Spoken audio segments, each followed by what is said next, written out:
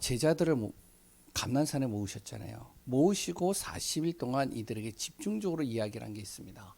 이때는요, 다른 얘기 하는 게 아니에요. 뭘 얘기를 하죠? 가장 중요한 걸 전달하는 거예요. 평생에 잊지 말아야 될 거를 전달하는 것이죠.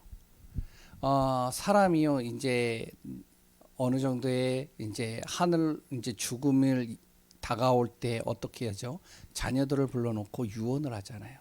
유언을 할 때 그냥 하지 않잖아요. 가장 중요한 걸 전달하잖아요. 바울이 디모데에게요, 자신의 모든 사역과 모든 인생의 삶 속에서 가장 중요한 걸 전달하는 겁니다.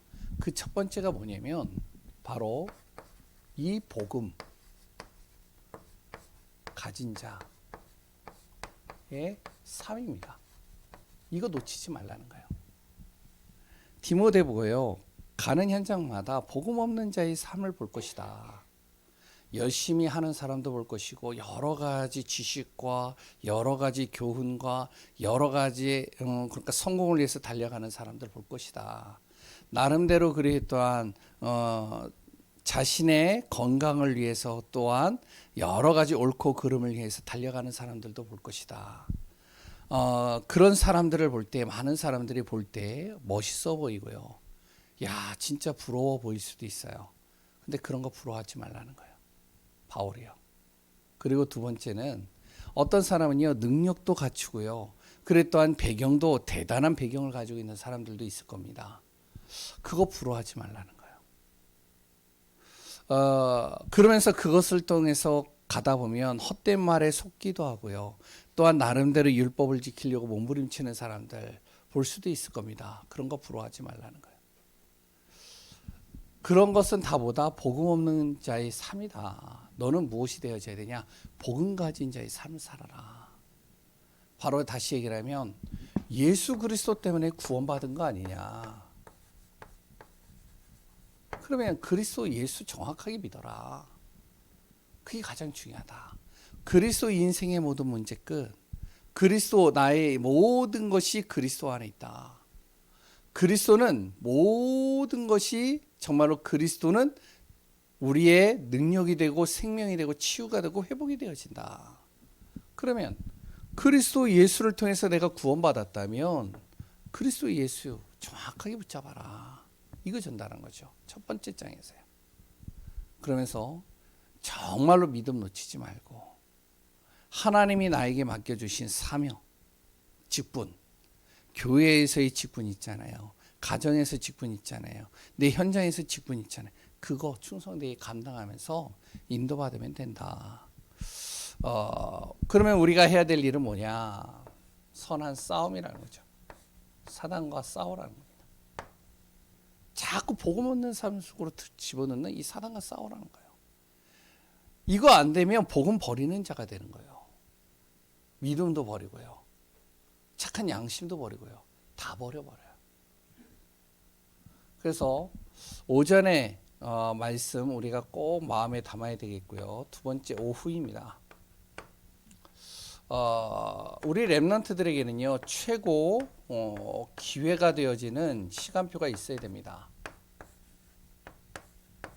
물론 렘넌트뿐만 아니고 우리 성도님들이나 내가 정말로 기도하는 그랬던 우리 가정도 마찬가지겠죠.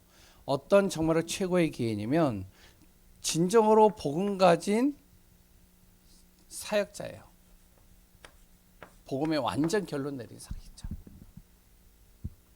이 사역자와 평신도입니다. 이 두 만남에 렘넌트들에게는 최고의 기회가 되는 거예요. 이 두 사람이요, 동역을 했어요. 동역을 해서 들어간 곳이 회당입니다. 완전히 복음 결론 내린 사역자고요, 완전히 어떻게 보면 복음을 체험하고 예수 그리스도가 인생의 모든 답이다라는 것을 아는 이 두 사람이 만나서 무엇을 했냐면 가까운 회당에 들어가서 그 후대들을 건드리는 겁니다. 무엇을 말할까요? 다른 거 얘기하는 게 아니에요. 거기에 영향을 받은 사람들이, 렘넌트들이요, 어떻게 되어지냐면 한 지역과 시대를 바꾸는 겁니다. 로마를 바꾸는 거예요. 그래서 오전 오후 메시지를 잘 마음에 담으시기 바랍니다. 핵심은요. 지난주에 없었죠. 그래서 이제 핵심은 좀 넘어가겠고 오늘 말씀 같이 또 나눌 내용은 뭐냐면 예수 그리스도의 부활입니다.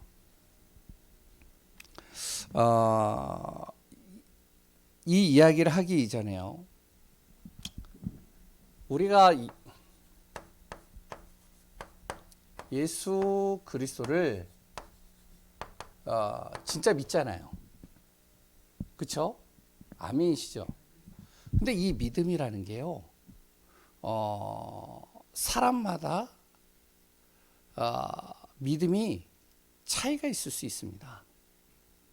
뭐냐면은 우리가 그 사람을 어떤 한 존재를 믿는다 그랬을 때 이 사람의 모든 것을 알고 믿는 거와 이 사람의 보여지는 것만 가지고 믿는 거와는 차원이 다른 것이죠.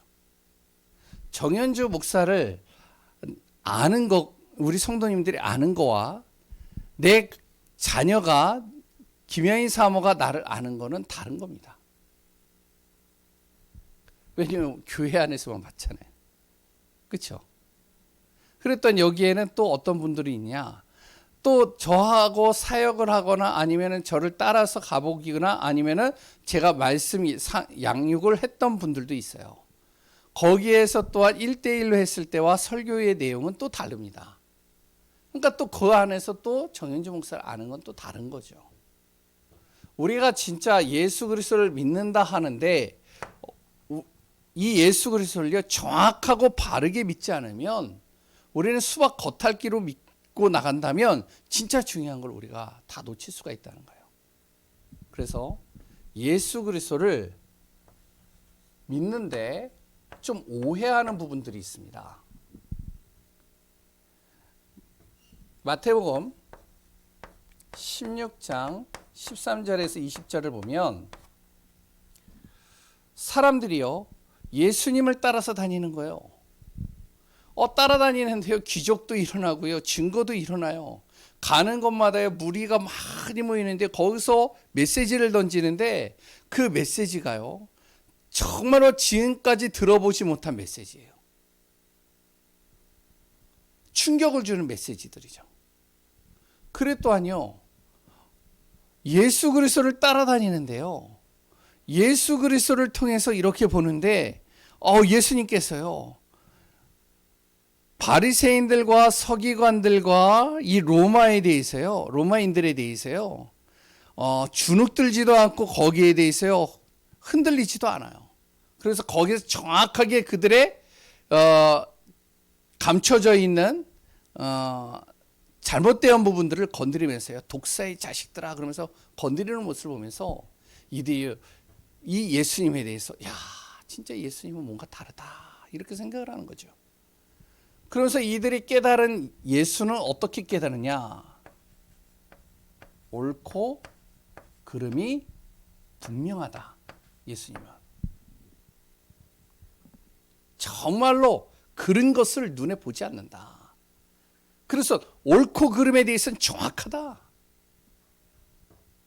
예수님을 어떻게 보냐? 신비한 능력을 일으키는 분이다. 이렇게 보는 거죠. 가는 곳마다 대단한 능력들이 임하잖아요. 기도하는데 오병이의 기적이 일어나고요. 기도하는데 죽은 자가 살아나고요. 기도하는데 어떤 일이 일어나죠? 질병과 도저히 해결되어지지 않는 귀신 들린 자가 치유가 되고요. 선포하는데 어떻게 바다와 바람이 잔잔해지고요. 그리고 예수님을 따라서 보는데 예수님께서 항상 눈물을 흘리시는 거예요. 애통한 마음을 갖는 거죠. 야, 예수님은 사랑이 많으신 분이야. 예수님은 진짜로 한 영혼을 굉장히 귀하게 여겨. 저 영혼을 놓고 기도하고 진짜 눈물 흘리면서 기도하고 야, 진짜 예수님은 뭔가 다르다. 그리고 예수님을 굉장히 뛰어난 교사로 보는 사람들도 있죠. 잘 가르치니까요. 어떤 문제를 딱 만나면 그걸요 굉장히 잘 가르쳐요. 딱 이렇게 봅니다. 우리가 그렇죠. 신앙생활도 이렇게 하는 분들이 많이 있어요. 이 옳고 그름에 대해서요 굉장히 분명해요. 그러니까 신앙생활을 하다가 조금 상대방이 아니면 조금 실수를 하거나 잘못을 하면요 그거 못 봐줘요. 화가 나요. 왜? 옳고 그름이 분명하니까. 그러니까 화가 나니까요 어떡하냐, 심지어는 자기 신앙을 다 버리는 한이 있어도 그거에 대해서는요 따지고 갑니다. 어떤 사람은요 신비한 능력, 신앙생활 하다가요 정말로 자기가 힘들고 어려울 때마다 무엇을 찾냐, 능력을 구하고요 신비한 체험을 찾는 겁니다. 그리고 또 그런 신비한 능력과 체험을 하는 사람들을 따라다녀요. 또 요새 이제 뭐 유튜브에 누가 나오더라, 그 한 전도사가 나오는데 무슨 전도사, 박혁 전도사인가요? 그 전도사가 나오는데요. 뭐 해외로 돌아다니면서 이제 뭐 아무튼 예수 그리스도 이름으로 명하노니 이 귀신아 떠나가라 안수하고 그러니까 막 발작을 하고 넘어가고 막 그러는 거예요. 그러니까 어떻게 신비한 능력을 받잖아요. 그러니까 사람들이 몰려다니는 겁니다.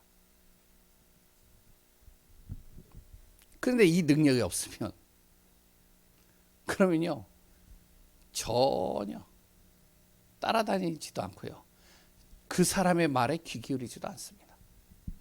신앙생활을요 이런 거를 굉장히 좋아하는 사람이 있어요. 굉장히 눈물 많이 흘리고요 굉장히 기도 많이 하고요 그래서 목소리도 이렇게 목소리가 굉장히 이렇게 뭐죠, 거친 목소리가 나잖아요. 예수를 믿으십니까? 뭐 이런 식으로. 그러니까 이런 걸 하면요 굉장히 뭔가 영권이 있는 것 같고 영적으로 대단한 것 같고, 그리고 또 그런 것이 없으면 영적으로 좀 약하다 생각을 하고요 안 따라다니는 사람들, 굉장히 잘 가르치는 사람, 성경에 대해서 굉장히 잘 가르치는 사람, 이런 사람들을 쫓아다니는 사람들도 있습니다.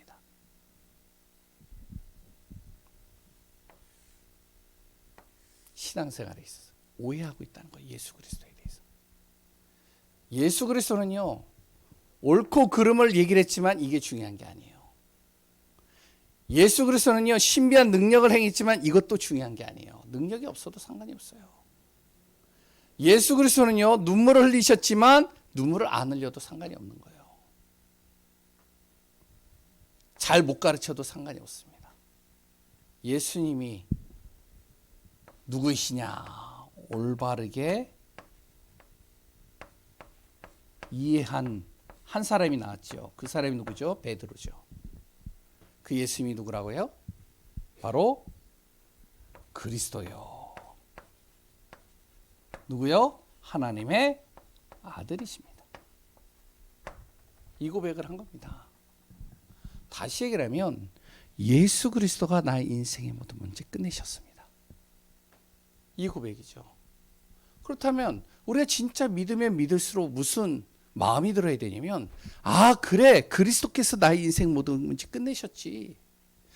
그래 내 자녀의 문제 그리스도께서 끝내셨지. 문제가 안 돼야 돼요. 믿으면 믿을수록요. 예수 그리스도를 믿으면 믿을수록 어떡하냐, 죄에 묶이지도 않아야 됩니다. 그리고 예수 그리스도를 진짜 우리가 믿으면 믿을수록 뭐가 되냐면 도전하게 되는 거예요. 왜? 내 인생의 모든 문제를 끝내셨잖아요. 예수가 그리스도라면서요. 그러니까 그리스도를 정확하게 내가 안다면 아무것도 염려할 것이 없는 거예요. 그분이 누구다? 지금도 살아 역사하신다는 거예요. 그러니까 우리가요 예수 그리스도를 올바로만 이해해도 그 안에 많은 것들을 찾아 누릴 수 있는 겁니다. 그 예수님께서요 무엇을 하셨느냐, 지난주에 그분이 십자가에서 죽으신 거예요. 왜 죽으셨냐면 우리 인생의 모든 저주와 재앙과 창세기 3장의 문제, 우리 인생의 모든 것들을 다 끝내기 위해서 십자가에 죽으신 것이죠. 그리고 그분이 무엇을 하셨다고요? 부활하신 겁니다. 살아나셨다는 거예요. 그 부활에 대해서 오늘 좀 같이 말씀을 통해서 좀 나누려고 합니다. 첫 번째, 예수님께서요 부활하셨는데 아무도 믿지 않습니다.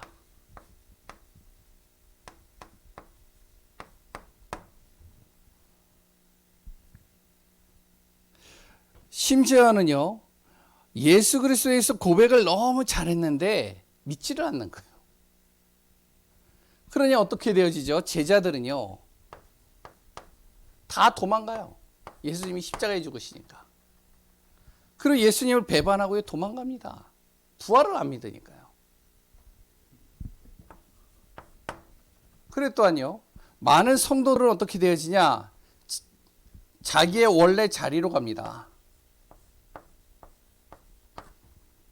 예수 믿기 전에 했던 그곳으로 가는 거예요. 다시. 심지어는요 베드로도, 나름대로 예수님의 수제자라고 한 베드로도요 고기 잡으러 가버리는 거예요. 그리고요 예수님을 가장 많이 사랑하고 예수님을 가장 많이 따라다녔다고 하는 마리아도 예수님이 십자가에 죽으시고 3일 만에 어디로 갔으냐, 무덤에 가서요 예수님이 시체 닦아주려고 가는 겁니다. 안 믿는 거죠. 우리가 신앙생활 할 때 저도 그렇고요 예수 그리스도를 계속 고백을 하고 기도할 때도 예수 그리스도 이름으로 기도하고, 우리가 또 예수 그리스도 이름으로 모여서 예배도 드리고, 또한 우리가 예수 그리스도 이름으로 전도도 하고, 그랬던 성경 공부도 하고 말씀을 양육받는데 실질적으로는 그 예수 그리스도를 우리가 진짜 믿느냐 점검해 봐야 되겠죠. 많은 제자들이 안 믿었다니까요. 고백을 하고요 따라다니는, 잘 따라다녔는데 안 믿는 결정적인 순간에 납니다. 내가 진짜 문제가 오고 어려움이 오거나 힘든 일이 오거나 나에게 지금 죽음의 위기가 왔을 때는 안 믿는 거예요. 다 떠나는 거예요. 이게 왜 믿지 않느냐, 이유입니다. 안 믿는 이유예요. 부활할 수 없기 때문에.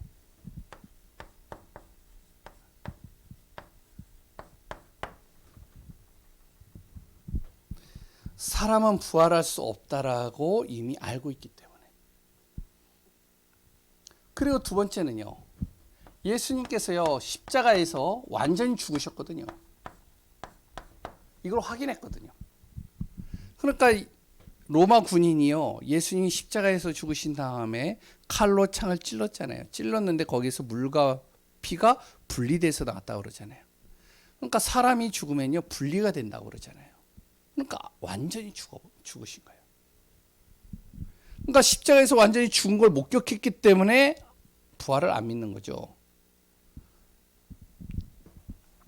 그런데요 진짜 중요한 것은 예수님이 누구이신지 정확히 모르는 겁니다. 이러고 신앙생활 한 거예요. 지금까지 이들이 예수님이 누구이신지 진짜 모르는 거예요.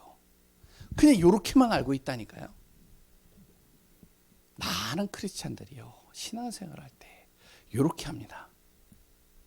예수님을 고백하고 예수 그리스도에 대해서 설교도 듣고 말씀도 많이 듣는데 나의 삶은 예수 그리스도하고 상관이 없어요. 딱 요 문제에 걸려버리면 그리스도는 온데간데 없어져 버리는 거예요. 예수님을 정확하게 모르는 거죠. 분명히 예수님께서 계속 메시지 속에서 얘기했는데 안 믿는 거예요. 그리고요 예수 그리스도의 말보다는 무엇을 믿냐면 세상 사람들의 지식을 믿는 겁니다. 세상 사람들의 경험, 지식을 더 믿는 거예요. 그러니까요 의학적으로도 과학적으로도 생리학적으로도 불가능한 거예요. 죽은 사람이 살아난다는 거예요. 그래서 예수 그리스도를 진짜 믿는다는 것은 은혜 중에 은혜라는 겁니다. 이건요 사람의 방법으로 믿어지는 게 아니에요. 내가 예수 그리스도를 믿는 그 자체는 은혜 중에 은혜, 하나님이 은혜 주시기 때문에 믿어지는 거예요. 그러면 세 번째, 왜 예수님께서 부활하셔야 했는가? 왜 부활을 하셔야 했을까요? 이유가 뭘까요? 바울은요, 사도행전 17장 2절에서 3절에 뭐라고 얘기하냐면 예수님이 부활하셨다 이렇게 이야기하기보다는 예수님께서 부활하셔야만 하는 이유에 대해서 설명을 했습니다. 왜 부활을 하셔야 했는지 그 이유에 대해서 증거를 하신 것이죠. 부활하신 이유 바로 첫 번째, 하나님이신 것 사실을 증거하기 위해서요. 예수님이 하나님이시란 것을 증거하기 위해서 그렇습니다. 왜 그러냐? 바로 죽음이라는 단어는 죄에서부터 시작됐잖아요. 하나님을 떠난 인간이 로마서 3장 23절에 모든 사람이 죄로 말미암아 하나님을 떠나게 되어지고 그 죄의 삭은 바로 로마서 6장 23절에 사망이잖아요. 사단이 만들어 놓은 그 틀, 그것을 이기고 다시 살아나신 분, 하나님이시라는 증거를 나타내시는 것이죠. 두 번째는요, 고린도전서 15장 45절에서 50절에 보면 바로 우리를 살리시려고 부활하셨다는 겁니다. 죄와 저주와 허물에서, 재앙에서 우리를 살리기 위해서 부활하셨다는 거예요. 다시 살리신다는 것이죠. 그 예수님께서 무엇이 되어졌냐? 부활의 첫 열매가 되신 겁니다.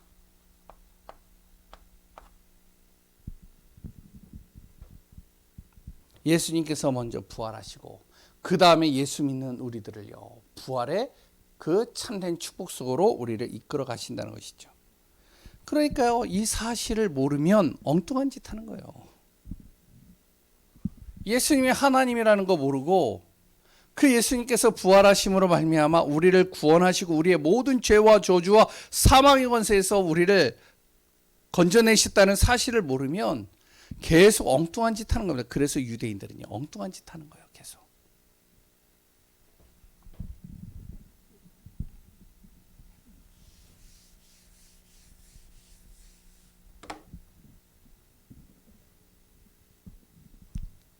그러니까 이 유대인들이요, 이 예수님께서 부활하신 이 사실에 대해서 조작을 하잖아요.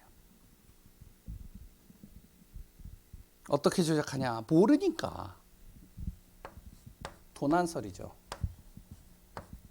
누가 훔쳐갔다, 예수님의 시체를. 그런데요, 본 사람들이 너무 많으니까, 예수님을 직접 본 사람들이, 살아나셔서 같이 함께하고 있는 것을 본 사람들이 많으니까 뭐라 그러냐? 에이, 너희들이 헛것을 봤다, 환상설. 이렇게 조작하는 거죠. 그런데요, 본 사람들이 한두 명이 아니에요. 손도 만져보고 그리고 같이 식사도 하고 같이 대화도 하고 이런 사람들이 계속 일어나니까, 심지어 성경에 보니까 500명 이상이 계속 나타나니까 뭐라 그러죠? 덜 죽였구나, 기절설.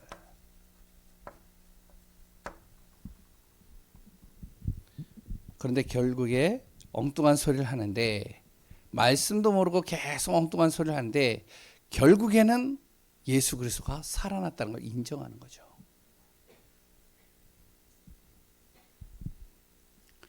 그 예수님께서요, 부활하신 그거에 대한 증거가 있습니다. 첫 번째는요, 분명히 예언하고 있어요. 구약에서, 신약에서 예수님께서 스스로도 계속 예언을 하셨죠. 죽은 후에 3일 만에 내가 다시 살아날 것이다. 그랬던 두 번째는요, 빈 무덤입니다.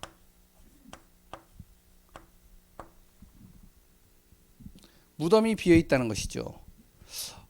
예수님의 제자들이요, 분명히 어떻게 했냐면 그 친구들하고 그 가까이 있는 분들이 분명히 세마포를 쌓아가지고 어디에다가 돌무덤 안에다가 안치해놨거든요.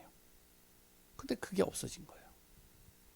그리고 그냥이 아니라 로마 군인들이요, 이 예수님을 대적하는 원수들은 어떻게 하냐면 그 무덤을 지키고 있었잖아요. 파수꾼으로.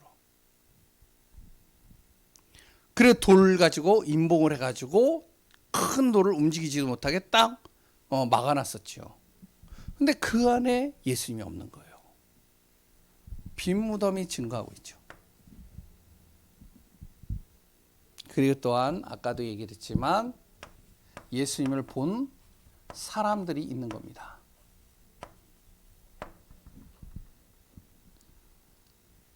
그 예수님을 믿는 사람들마다 무엇이 나타나냐? 능력이 나타나는 거예요. 그렇기 때문에 우리가요, 그냥 단순하게 예수 그리스도를 믿는 게 아니라 진짜 정확하게 믿어야 되는 거예요. 그 예수님께서는 전에도 있었고 지금도 살아 역사하신다. 그럼 그 예수님께서 전에도 분명히 인생의 모든 문제를 끝내셨듯이 지금도 살아 역사하셔서 나의 인생의 모든 문제를 끝내신다. 이 사실을 내가 믿고 간다면 두려울 게 없는 겁니다. 우리 교회 성도님들이요, 진짜 예수가 그리스도요, 그리스도가 나의 인생의 모든 문제를 해결하셨다. 여기 대해서 결론이 난다. 그때서부터 무엇이 일어나냐? 진짜 역사는 그때서부터 시작되는 겁니다. 그래서 제가요, 계속 주일 오전에 설교할 때마다 무엇을 얘기를 하면 계속 그리스도만 얘기를 하는 거예요. 잘하든 못하든. 왜냐하면 진짜 우리가 그리스도 예수만 정확하게 안다면, 그렇다면요, 우리 교회 성전 건축하는 거 문제되지 않습니다. 그래도 아니요, 우리 교회 재정 문제되지 않아요. 그래도 아니요, 나의 가정, 나의 가문 문제되지 않습니다. 나의 질병이요 문제되지 않아요.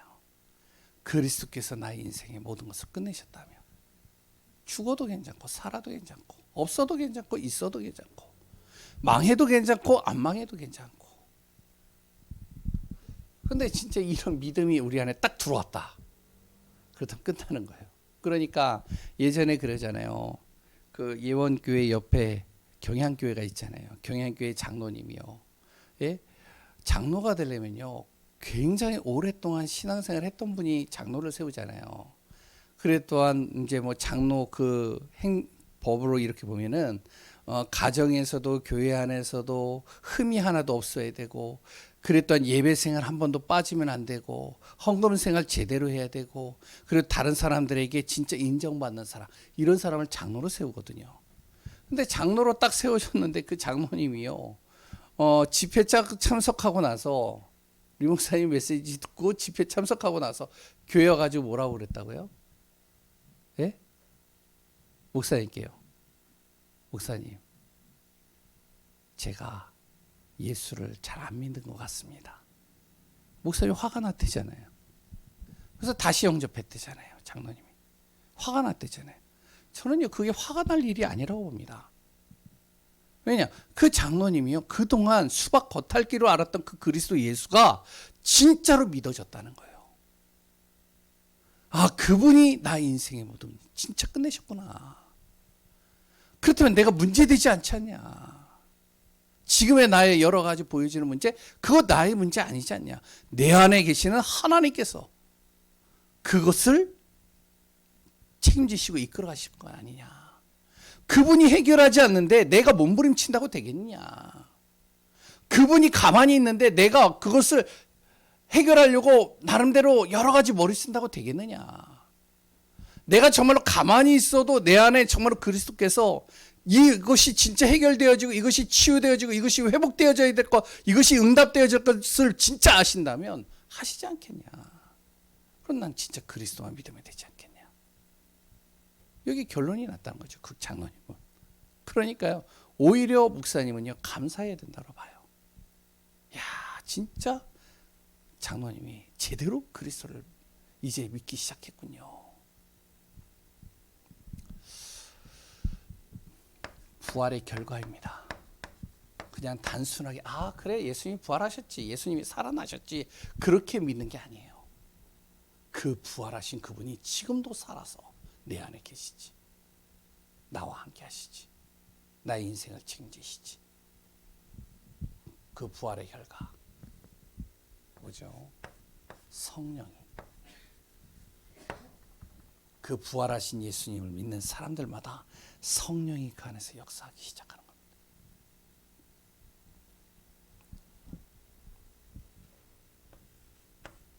하나님의 아들 되신 그분이 내 안에 함께 하신다는 것이죠.